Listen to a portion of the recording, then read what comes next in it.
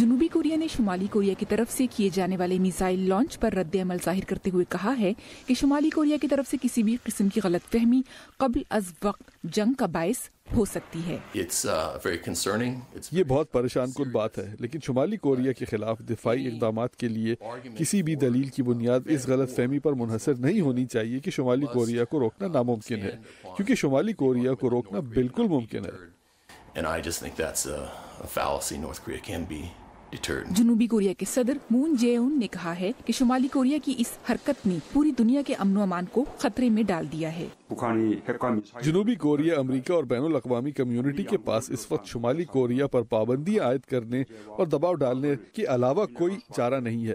امریکی صدر Donald Trump نے صحافیوں سے بات کرتے ہوئے کہا کہ ہم اس مسئلے کو سلجھا لیں گے۔ انہوں نے مزید وضاحت نہیں کی، لیکن کہا کہ شمالی کوریا کے حوالے سے امریکہ کی پالیسی میں کوئی تبدیلی نہیں آئے گی۔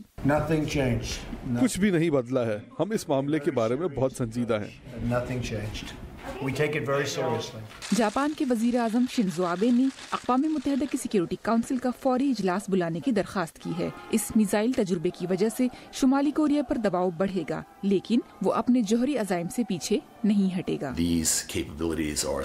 شمالی کوریا کی ان صلاحیتوں پر کسی بات چیت سے کوئی نتیجہ سامنے نہیں آئے گا۔ ان کا نیوکلیئر مشن ان کی پہچان کا حصہ ہے، ان کی قومی سلامتی کی پالیسی کا اہم جز ہے۔